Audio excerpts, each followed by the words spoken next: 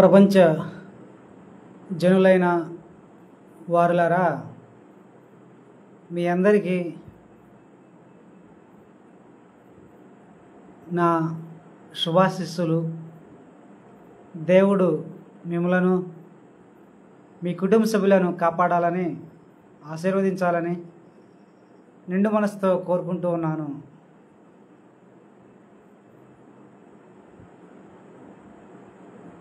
దేవుడు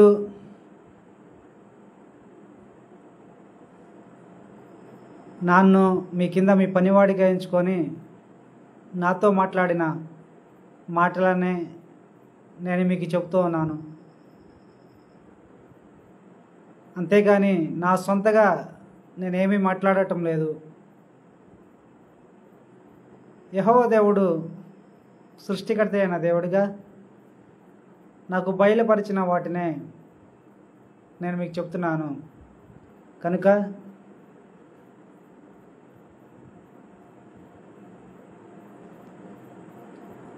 మీరందరూ కూడా తెలుసుకోవాలని మిమ్మల్ని కోరుతున్నాను.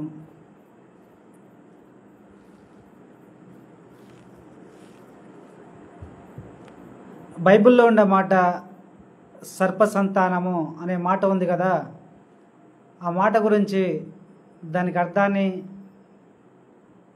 ఆ సర్ప సంతానముగా ఎవరు జీవిస్తున్నారు, ఎలాగ జీవిస్తారు మీకు చెప్పాలనుకొని ఇప్పుడు నేను మీకు చెప్తున్నాను.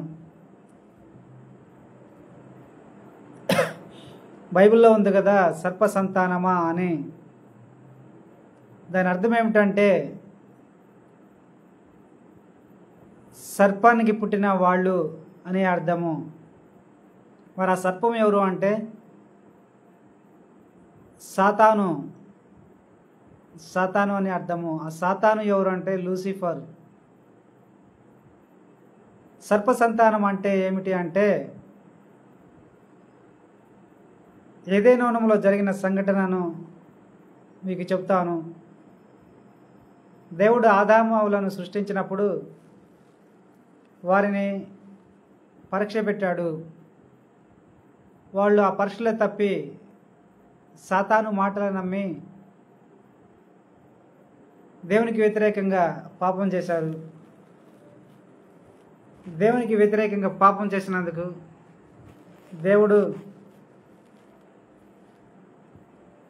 ఏ సాతాను మాటలు నమ్మి, ఏ సర్ప మాటలు నమ్మి పాపం చేశారో ఆ సర్పాన్ని వారిలోకి ప్రవేశింపచేశాడు. ఏదైనా వనంలో ఏం జరిగిందో ఇప్పుడు మీకు చెప్తున్నాను. అవ్వ ఎప్పుడైతే దేవుడు తినవద్దు అన్న పండుని తిని సాతాను మాటలు విని, ఆ సర్పాన్ని ఆవరించిన సాతాను మాటలు విని పాపం చేసిందో, అప్పుడు అవ్వ ఆ పండును తీసుకెళ్ళి ఆదాముకు కూడా ఇచ్చింది. దేవుడు వారిని చూసి దేవుని కోపం వచ్చి వారితో మాట్లాడినప్పుడు ఒకరి మీద ఒకరు సాకులను చెప్పుకున్నారు. దేవుడు వారిని పాపం చేసిన వెంటనే ఎందుకు మరణానికి అప్పగించలేదు అంటే, దేవుడు ప్రేమ స్వరూపి. ఉన్నవాడైన యెహోవా దేవుడు ప్రేమ స్వరూపి కనుక ఆదాము హవ్వలు పాపం చేసిన వెంటనే వారిని మరణానికి అప్పగించలేదు. కావాలి అంటే దేవుడు వారు పాపం చేసిన వెంటనే మరణానికి అప్పగించి మరొక జనులను సృష్టించుకోగలడు. కానీ అలాగ చేయలేదు. అందుకు గల కారణము, యెహోవా దేవుడు ప్రేమ స్వరూపి అయిన దేవుడు. క్షమాపణ కలగజేసే దేవుడు. క్షమించడానికి ఒక అవకాశాన్ని ఇస్తాడు. పాపం చేస్తే క్షమించమని అడగటానికి. క్షమించమని అడిగినప్పుడు దేవుడు క్షమిస్తాడు. అంత ప్రేమ స్వరూపి.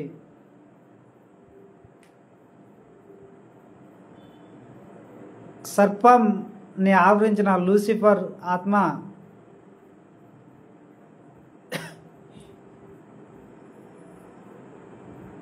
ఆ సర్పం ద్వారా ఆదాము హవ్వలతో మాట్లాడి పాపంలో పడవేసినప్పుడు దేవుడేం తలంచాడంటే, దేవుడే చెప్పాడు. నాకేం చెప్పాడంటే, ఆ లూసిఫర్ ఆత్మ ఏదైనా వనములో సర్పాన్ని ఆవరించి నా జనులను తప్పుదోవ పట్టించింది. నేను తినవద్దన్న పండుని వారి చేత తినిపించింది, సర్పాన్ని ఆవరించి. అలాగే ఆ లూసిఫర్ ఆత్మ మిగతా భూజంతువులను, పశువులను కూడా ఆవరించి నా జనులను చంపి తింటుందేమో అని నేను తలంచాను. దేనికి అంటే, నేను ఈ భూలోకంలో నరులను సృష్టించుకోక మునిపే ఏదేని వనములో బలమైన భూజంతువులను, పశువులను సృష్టించుకున్నాను. ఎప్పుడైతే లూసిఫర్ ఆత్మ సర్పాన్ని ఆవరించి నా జనులను తప్పుదో పట్టించిందో, ఆ సర్పం ద్వారా మాట్లాడి, అప్పుడు నేను తలంచాను, ఆ లూసిఫర్ ఆత్మ ఆ సర్పాన్ని ఆవరించినట్టే ఏదైనా వనములో ఉన్న భూజంతువులను, పశువులను ఆవరించి వారిని చంపి తింటుందేమో అని తలంచాను. అందుకే ఏదైనా వనం మధ్యలో ఒక సొరంగాన్ని ఏర్పరిచి, ఆ సొరంగాన్ని పాతాళం వరకు ఉంచి, ఆ లూసిఫర్ ఆత్మను సర్పం నుండి వేరుపరిచి ఆ సొరంగం గుండా పాతాళానికి పంపి, అక్కడ దానికోసము ఒక మూలన ఒక సింహాసనాన్ని ఏర్పరిచి, ఆ లూసిఫర్ ఆత్మకు అక్కడ సర్పరూపాన్ని ఇచ్చి నేను దానికోసం సిద్ధపరిచిన ఒక మూలన సింహాసనం మీద కూర్చోపెట్టాను ఆ సర్పాన్ని. అప్పుడు అది ఎలాగ కూర్చుందంటే, దాని పొడవాటి నాలుక బయటకు చాచి ఎప్పుడు కూరలు కోరుతూ ఉంటుంది. ఆనాటి నుండి ఈనాటి వరకు ఎందుకు అలాగ చేస్తుందంటే, ఆ సర్పం ఆయన లూసిఫర్ దానికున్న శక్తితో నన్ను ఏమీ చేయలేక భూమి మీద జీవిస్తున్న నా జనులను ఎవరిని తిందుమా, ఎవరిని మింగుదుమా అని ఎప్పుడు కూరలు కోరుతూ ఉంటుంది. నన్ను బాధ పెట్టడానికి, నా జనులు పాపం చేస్తే నేను బాధపడతానని లూసిఫర్ తలంచింది.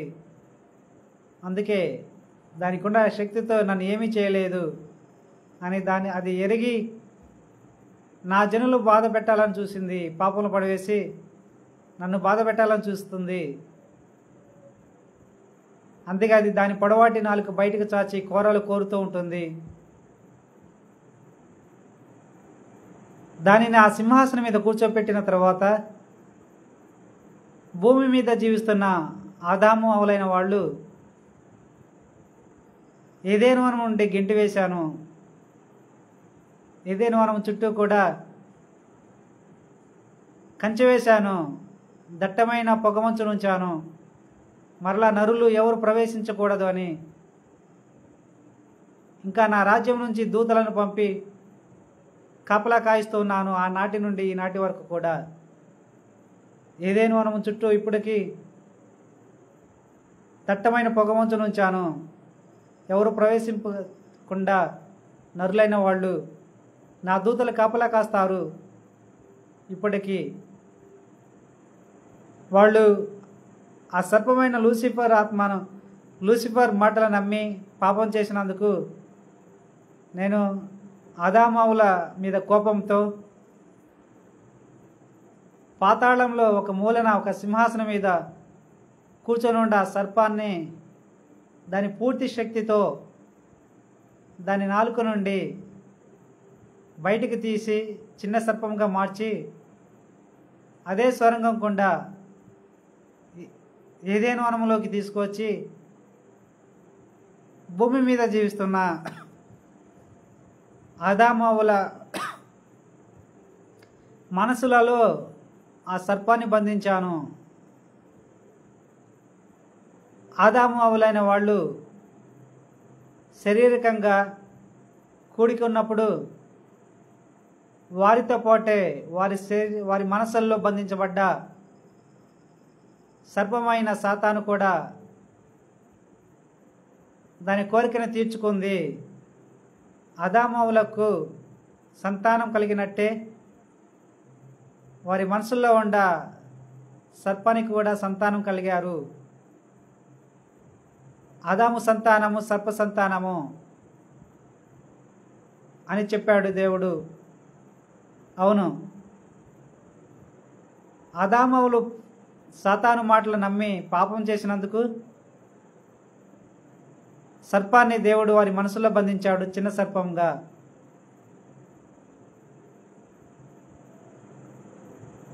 వారి మనసులో బంధించినప్పుడే వారు భార్యాభర్తలుగా ఒకరినొకరు శరీరకంగా కూడుకున్నప్పుడు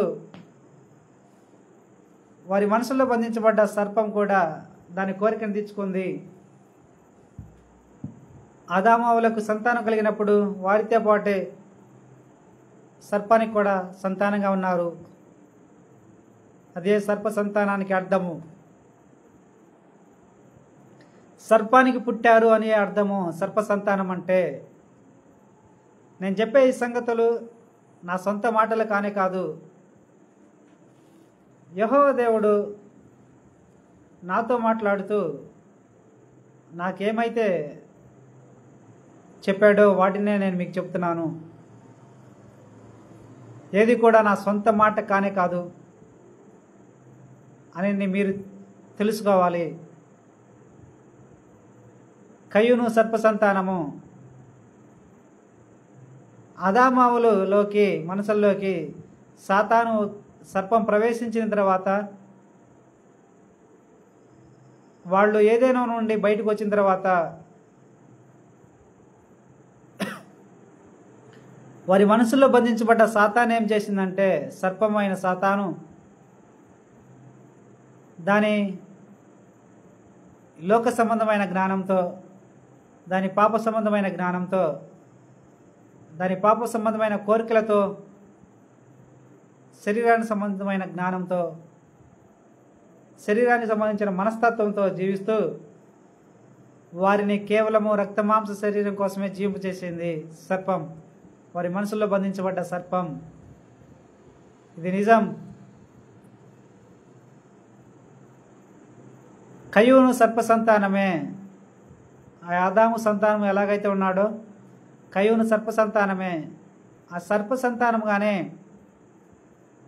అలా ఆదాము అవ్వలు చేసిన పాపానికి భూమి మీద జీవిస్తున్న ఆదాము సంతానమైన లోకమానవాళ్ళి అందరి మనసుల్లోకి దేవుడు సర్పాన్ని బంధించాడు. ప్రతి మానవుని మనసులో సర్పముని బంధించాడు దేవుడు, సృష్టికర్త అయిన దేవుడు. మీరు అనుకుంటూ ఉంటారే కొందరు, మేము ఒకటి తలిస్తే మనస్సు ఒకటి తలుస్తుందని. మనస్సు ఎప్పుడు పాపాన్ని కోరుకుంటుంది, మనసు ఎప్పుడు కోతిలా గంతులు వేస్తుంది అని కొంతమంది అనుకుంటూ ఉంటారు. మనసులో పాప ప్రేరేపణ కలుగుతుంది, శరీరానికి సంబంధించిన ప్రేరేపణ కలుగుతున్నాయి, లోక సంబంధించిన ప్రేరేపణ కలుగుతున్నాయి అని అనుకుంటూ ఉంటారు. అలాంటి వారితో ఇప్పుడు నేను మాట్లాడుతున్నాను. మీరు లోక జనులు గనక మీ మనసుల్లో సర్పమైన సాతాను బంధించబడింది, చిన్న సర్పంగా. దేవుడు అలా బంధించాడు. మీ ఆది తల్లిదండ్రులైన ఆదామవులు చేసిన పాపానికి, వారు చేసిన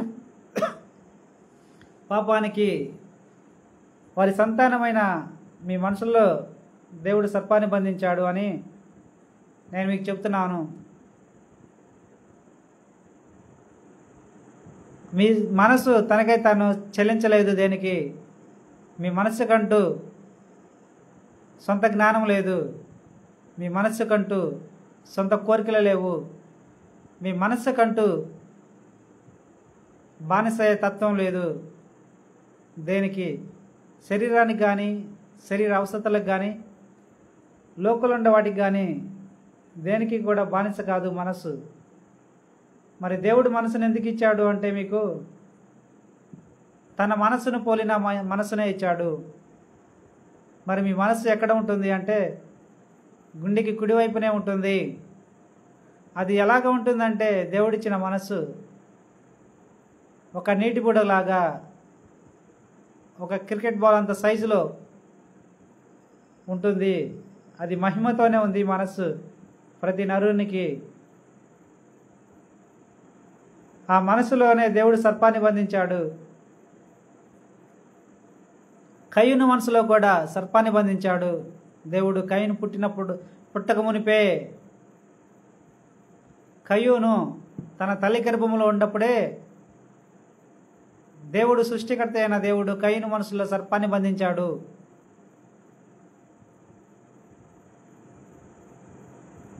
అది ఎలాగొచ్చిందంటే పాతాళం నుంచి దేవుడే దాన్ని తీసుకొచ్చి కయ్యూను మనసులో బంధించాడు. సాతాను అయిన లూసిఫర్కి ఈర్ష్య దోషాలు ఎక్కువ, హెచ్చించుకునే తత్వం ఎక్కువ, స్వార్థం ఎక్కువ. అలా హెచ్చించుకునే తత్వం కలిగి ఉండటం వలన, ఈర్ష్య దోషాలు కోపోద్రేకాలు కలిగి ఉండటం వలన కయ్యూను తన తమ్ముడి కంటే తక్కువగా అవుతున్నాడు దేవుని ప్రేమను పొందుకోవటంలో. కయ్యూనుని తనకి ఇష్టం వచ్చినట్టుగా జీవింపజేసింది సాతాను. ఆబేలు దేవుని చిత్తానుసారంగా జీవిస్తే కయ్యూనుని సాతాను దానికి ఇష్టానుసారంగా జీవింపజేసింది. ఆబేలు ప్రార్థనలను దేవుడు ఆలకించి ఆబేలు అర్పణలను స్వీకరించాడు దేవుడు. కయ్యూను చేసే పనులను దేవుడు ఆశీర్వదించలేదు. ఆబేలు చేస్తున్న పనులను దేవుడు ఆశీర్వదించాడు. అప్పుడు కయ్యూనులో ఉండే సాతాను కోపోద్రేకాలకు గురయ్యి స్వార్థపూరితంగా ఆలోచించి హంతకురాలుగా మారి ఆబేలు మనసులో ప్రేరేపించింది, ఆలోచించింది. ఆబేలును చంపాలి చంపాలి చంపాలని పదే పదే ఆలోచించింది. దాని గురించి తెలియని కయ్యూను దాని ప్రేరేపణతో, దాని జ్ఞానముతో ఆబేలును చంపాడు. పైకి ఎలా కానుస్తుందంటే ఆబేలు చంపినట్టే కానుస్తుంది. కానీ ఆబేలు శరీరాన్ని ఉపయోగించుకుంటూ సర్పమే చంపింది అక్కడ. మరి సర్పం చంపితే ఆబేలు పాపం ఎలాగవుతుందని మీకు డౌట్ రావచ్చు. ఈ లోకాన్ని దేవుడు నరులకు ఇచ్చాడు. నరులను ఏలుకోమని, సర్పాన్ని ఏలుకోమని చెప్పలేదు. సర్పం ఏలుకోవడానికి దేవుడు ఇవ్వలేదు ఈ లోకాన్ని. కనుక కయ్యూను సాతాను ప్రభావం గురయ్యి ఆబేలును చంపినా కూడా అది కయ్యూను చేసిన పాపంగానే దేవుని ముందు కనపడింది. అప్పటి వరకు కూడా కయ్యూనుకు తెలియదు కోపోద్రేకాలు అంటే ఎలాగుంటాయో తెలియదు, ఈర్ష్య దోషాలంటే ఎలాగుంటాయో తెలియదు, హత్య చేయాలనే ఆలోచన అనేది రాదు కయ్యూనికి. హత్య చేయటం అంటే ఏమిటో కూడా తెలియదు కయ్యూనికి. మొదటి తరం ప్రజలు కదా, ఏమీ తెలియదు ఆనాటి ప్రజలకు. కానీ లూసిఫర్ అయిన సాతానుకి జ్ఞానం ఎక్కువ. దేవుని రాజ్యంలో ఉన్నప్పుడే జ్ఞానం ఎక్కువ. దేవుడు అంత జ్ఞానాన్ని ఇచ్చాడు లూసిఫర్కి. ఆ జ్ఞానంతోనే స్వార్థపూరితురాలుగా మారి అపరంజి సింహాసనమైన దేవుని సింహాసనం మీద కూర్చోవాలని చూసింది. అది స్వార్థపూరితమైనది. లూసిఫర్ అయిన సాతాను కోపిష్ఠురాలు. అలాంటి కోపిష్ఠతనాన్ని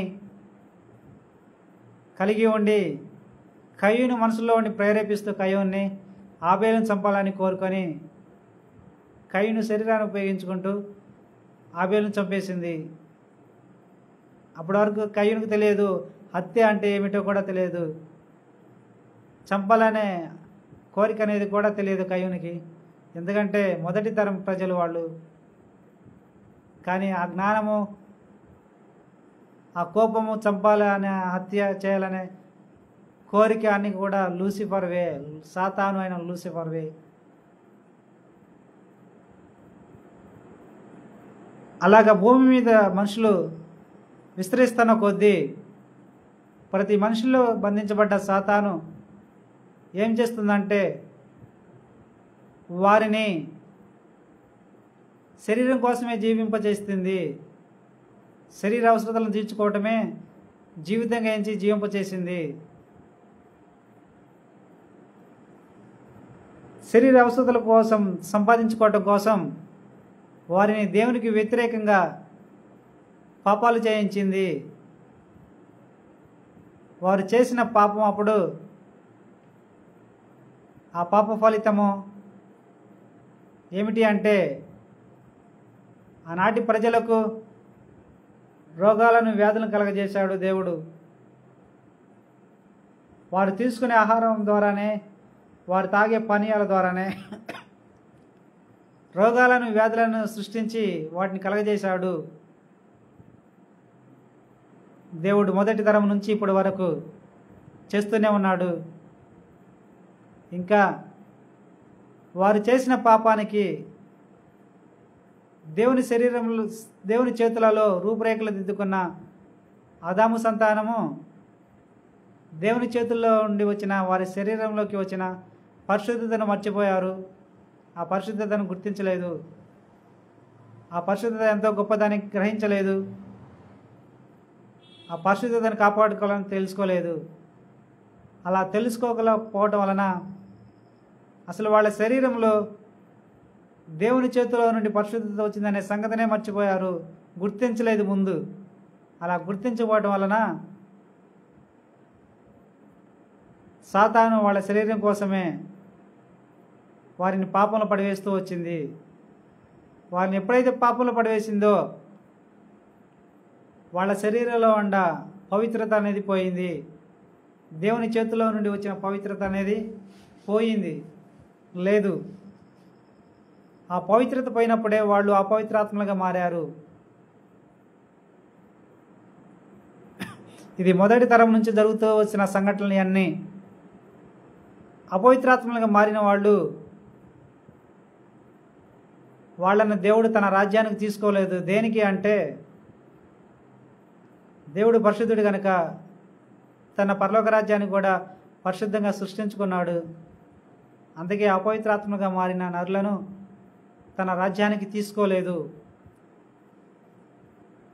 మరి ఈ అపవిత్రాత్మలన్నీ ఆ మొదటి తరం అప్పుడు ఏం జరిగిందంటే వాళ్ళు సమూహాలుగా జీవిస్తూ ఉండేవాళ్ళు, గుంపులుగా జీవిస్తూ ఉండేవాళ్ళు. ఆనాటి కాలపు మనుష్యులు వారిలో ఎవరైనా చనిపోయినప్పుడు పాపం చేసి వాళ్ళ ఆత్మ అపవిత్రాత్మ అవుతుంది కనుక అప్పటి వరకు వారి శరీరంలో ఉండ అపవిత్రత అనేది వారు చనిపోయిన వెంటనే ఆ అపవిత్రత వారి ఆత్మలోకి చేరుతుంది, జీవాత్మలోకి చేరుతుంది, జీవాత్మైన నరులోకి చేరుతుంది. అప్పుడు వాళ్ళు అపవిత్రాత్మలుగా మారారు. ఆ సాతాను మనుషులను అపవిత్రాత్మలుగా మారుస్తుంది. ఆనాటి నుండి ఈనాటి వరకు కొందరిని. ఎందుకంటే దేనికి వ్యతిరేకంగా పాపంలో పడివేస్తుంది. ఆ పాప ఫలితమే అపవిత్రత వస్తుంది. ఆ పాప ఫలితమే దేవుడు నరులైన వారు తీసుకునే ఆహారం ద్వారానే, పానీయాల ద్వారానే రోగాలను, వ్యాధులను కలగజేస్తూ ఉన్నాడు. వాటితో నరులైన వాళ్ళు చనిపోతూ ఉన్నారు. రోగాలు, వ్యాధులు వాటికి అవి రావు. మీ శరీరాలు కూడా, నరుల శరీరాలు కూడా వాళ్ళు తీసుకునే ఆహారంతోనే రోగాలను, వ్యాధులను సృష్టించుకోలేవు. రోగాలను, వ్యాధులను సృష్టించుకునే అధికారము నరుల శరీరాలకు లేదు. వారు చేసిన పాప ఫలితానికి దేవుడే వారు తీసుకునే ఆహారంతోనే, పానీయాలతోనే రోగాలను, వ్యాధులను కలగజేస్తూ వస్తున్నాడు. వాటితో నరులు చనిపోతూ ఉన్నారు. ఇదే జరుగుతుంది. వాళ్ళు చనిపోయినప్పుడు వారి శరీరంలో అప్పటి వరకు ఉన్న అపవిత్రత అనేది ఆత్మలోకి చేరుతుంది. ఆ అపవిత్రతతోనే వాళ్ళ శరీరం పైన తిరుగుతూ ఉంటారు. మొదటి తరం అప్పుడు, కొన్ని తరాలప్పుడు జరిగిన సంఘటన ఏమిటంటే, ఆనాటి కాలంలో ప్రజలు గుంపులుగా జీవించేవాళ్ళు. వారి మధ్య ఎవరైనా చనిపోతే ఆ చనిపోయిన వారి శరీరాన్ని వారు జీవిస్తున్న స్థలము నుండి దూర ప్రాంతాలకు తీసుకువెళ్ళి అక్కడ పూడ్చిపెట్టడానికి తీసుకువెళ్ళేవాళ్ళు. అప్పుడు ఆ అపవిత్రాత్మలుగా మారిన నరులు వాళ్ళ శరీరం పైన తిరుగుతూ వారిని ఎక్కడైతే పూడ్చిపెట్టారో అక్కడ జీవిస్తూ ఉండేవాళ్ళు. ఎందుకంటే వాళ్ళ శరీరం మీద ప్రేమ చావక. అప్పుడు అపవిత్రాత్మగా మారిన వాళ్ళందరూ అక్కడ జీవించటం వలన దేవుడు వారికి మొదటిగా ఏ రూపాన్ని ఇవ్వలేదు. వారి ఆత్మలుగానే ఉన్నారు, రూపం లేకుండా. అప్పుడు ఒకళ్ళనొకళ్ళు మాట్లాడుకునేవాళ్ళు.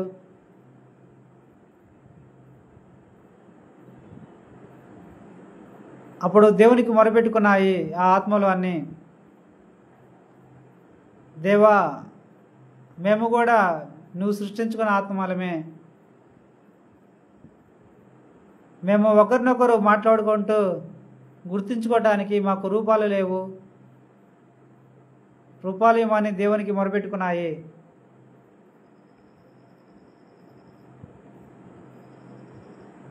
ఆత్మలు మాట్లాడతాయి.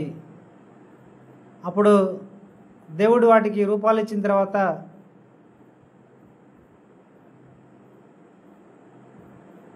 అప్పుడు మరలా వాళ్ళు అవన్నీ మాట్లాడుకుంటూ ఉండేవి. వారి శరీరాన్ని పూడ్చిపెట్టిన స్థలంలో మరలా అవి మనుషుల మధ్యకి వచ్చి జీవిస్తూ ఉండేవి.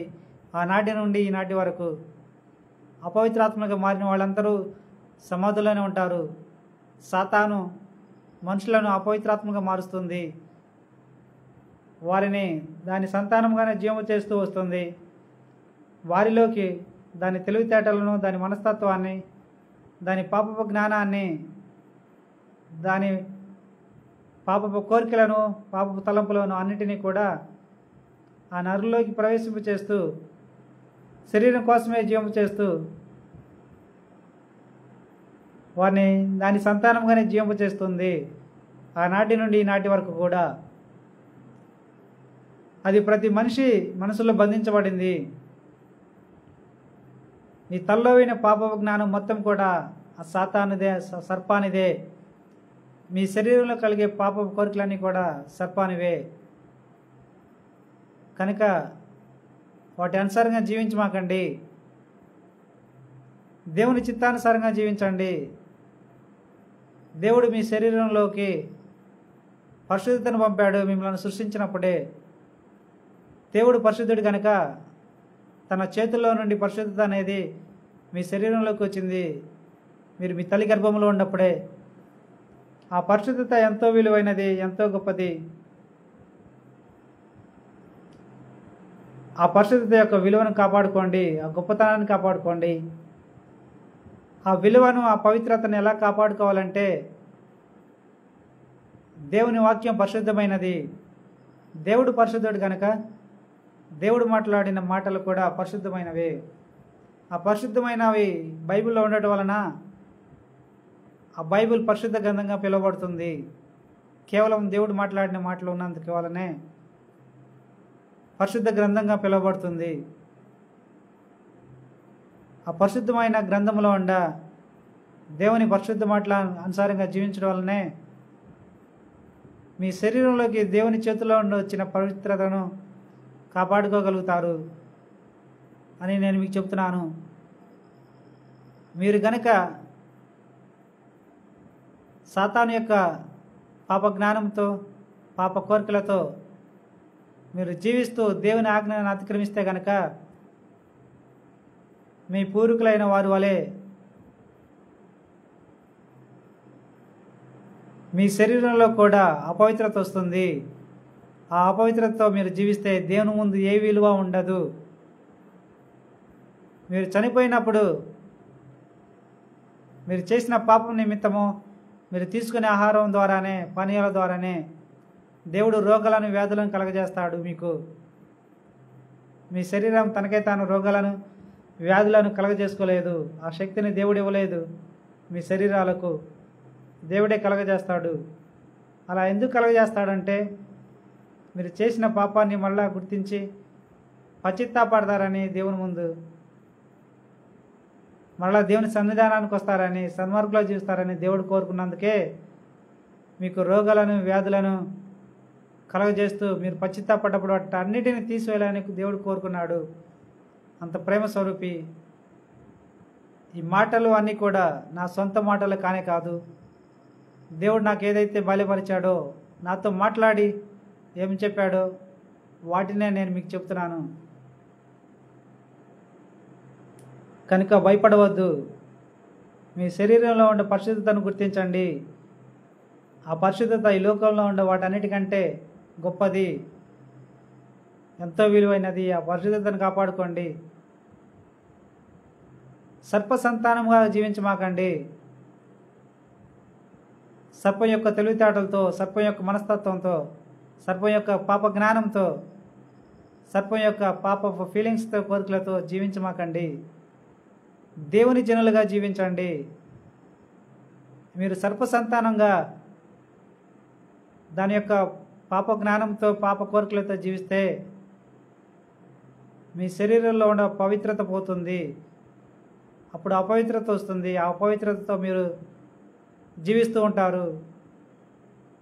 ఆ అపవిత్రలు అయితే మీరు దేవుని ముందు ఏ విలువ ఉండదు మీకు. ఆ అపవిత్రతతో మీరు చనిపోతే కనుక జీవాత్మ నుండి మీలోకి అపవిత్రత వస్తుంది. అప్పుడు మీరు అపవిత్రాత్మలుగా మారుతారు, మీ పూర్వీకులైన వారు వలె. ఇది నిజం. అపవిత్రాత్మగా మారితే మీరు సమాధులను తిరుగుతూ ఉంటారు, అక్కడే జీవిస్తూ ఉంటారు.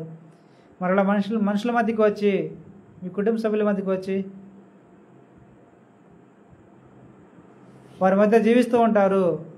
మీరు వారికి కనపడరు, మిమ్మల్ని చూడలేరు వాళ్ళు. ఇది జరుగుతుంది.